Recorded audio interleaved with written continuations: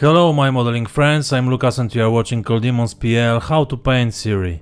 Today we will make some rusty finish on the Tiger's exhausts. Before we start, take a look at the exhaust on my Tigers that I built some time ago. The first one is a typical work with pigments and the second is mainly based on the use of acrylic paints. Today we are going to do something completely different and it won't be speckling pigments or making rust with acrylic paints. We'll do something extra and very simple at the same time. You've probably noticed that I will be using the new paints from Modeler's World. This is a completely new product that I haven't seen from other producers yet, so today we will test it and see how quickly we can create a cool effect.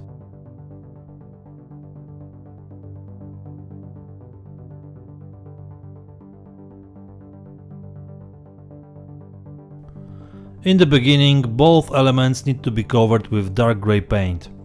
I was wondering which one to choose, but in the end I decided on NATO Black. For no particular reason, both colors are appropriate for the method it shows.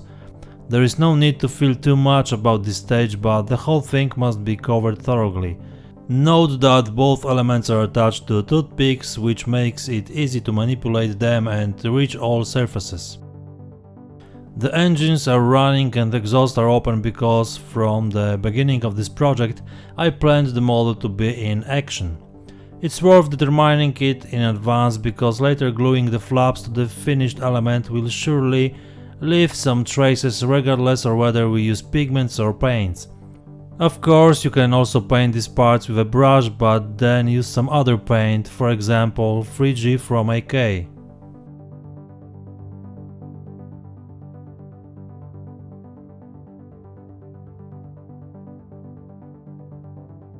When we finish painting with a dark color, we can immediately start working on applying a light gray. Here I used 3G paint, which is perfect for what I plan to do. All in all, a small drop is enough. Don't be influenced by the amount that flowed out of my bottle. I squeezed it too much. Prepare a piece of sponge and grab it with a pair of tweezers or with other tool. It will be more convenient than holding it in your hand. Apart from the exhaust hole, we cover all other surfaces by making bright chips. There must be a lot of them, but try to do it with feeling. As you can see, I put a little too much paint in some places, but don't worry, everything will align in the next steps.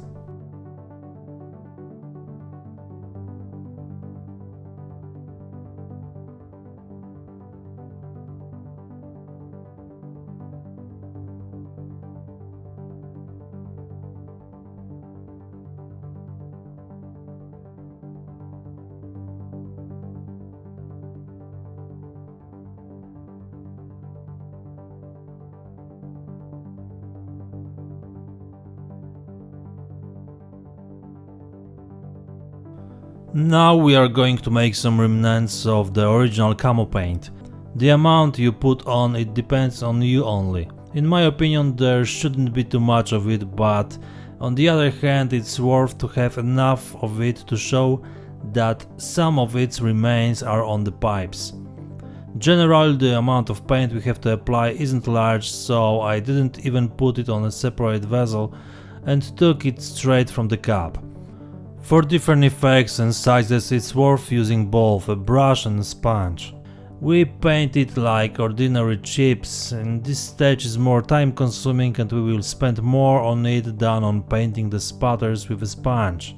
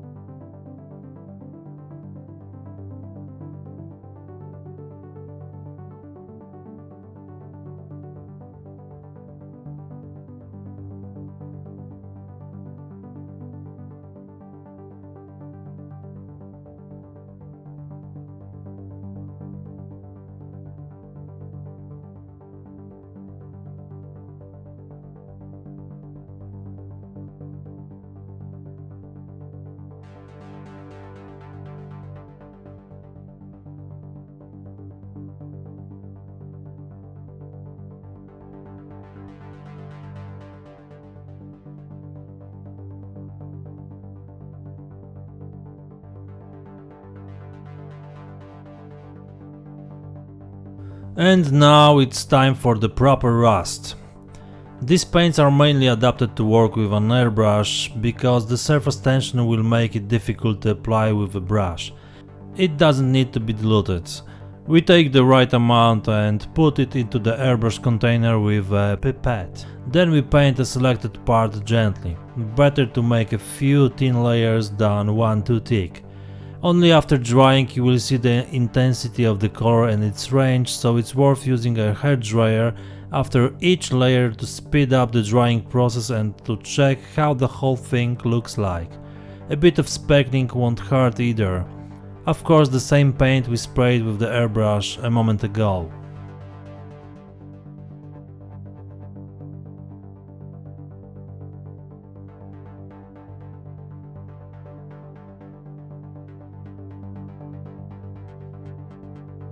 And now we can start applying the second color, which is medium rust. The method is identical. Note how much the shade changes in the middle of the exhaust. Exactly where the highest temperature is, because the exhaust gases come straight from the engine at this point. Unfortunately, this piece will be hidden by a cover.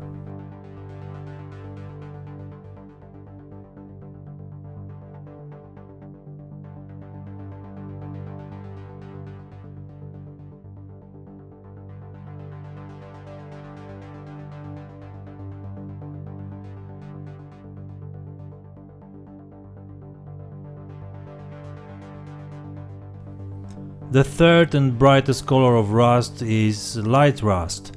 Of course we act exactly the same as before. 3 drops are enough, but now we apply this paint a little higher, not in the place where the previous ones played a leading role.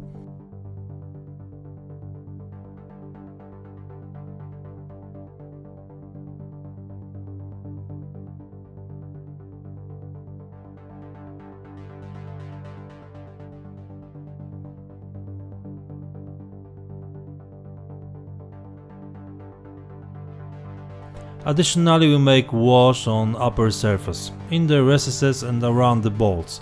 We can repeat this process, it all depends on us, but generally you have to remember that this surface will be covered with exhaust fumes. Of course we use a hairdryer once again in order not to waste the time.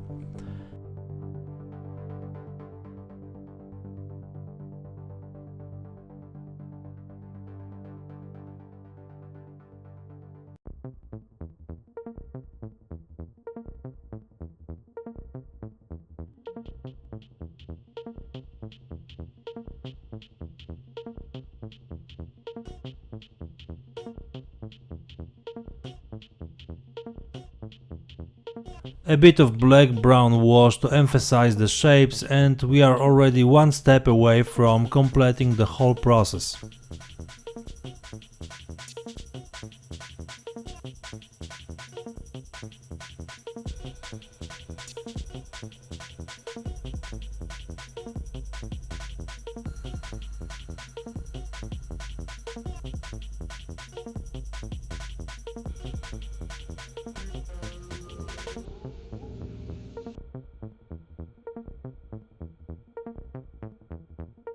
The last thing we'll do is spraying a fine cloud of fumes on the top surfaces. It's worth paying attention not to overdo it because it won't look good.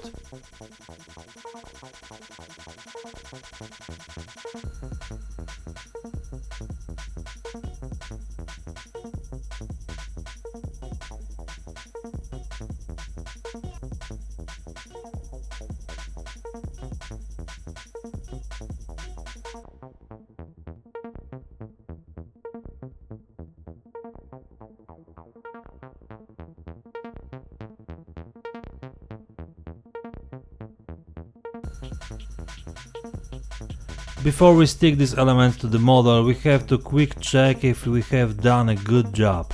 And now we can try them on its right places. It's quite okay, isn't it?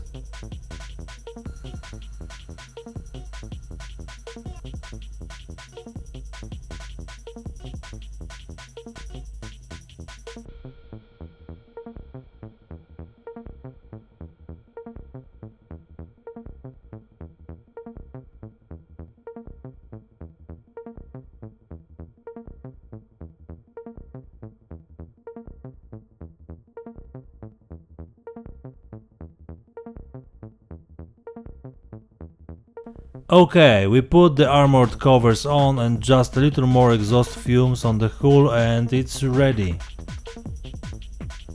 The whole process took about 40 minutes. Of course the movie is shorter, but you can see that it's a simple job and the effect is great. As I mentioned at the beginning, the result is completely different than when working with paints or pigments. It's worth a try, the new paints work really well and will certainly be used on other surfaces such as armor plates on the sides of the hull. If you are interested in other colors, check the Modeler's World offer. For now, that's it for this method of painting exhausts. Next time I will make a video about older methods, equally spectacular and simple at the same time. Stay tuned for news, and for now check the other videos on my channel, subscribe, leave the comment and click like. Thanks for watching and see you next time.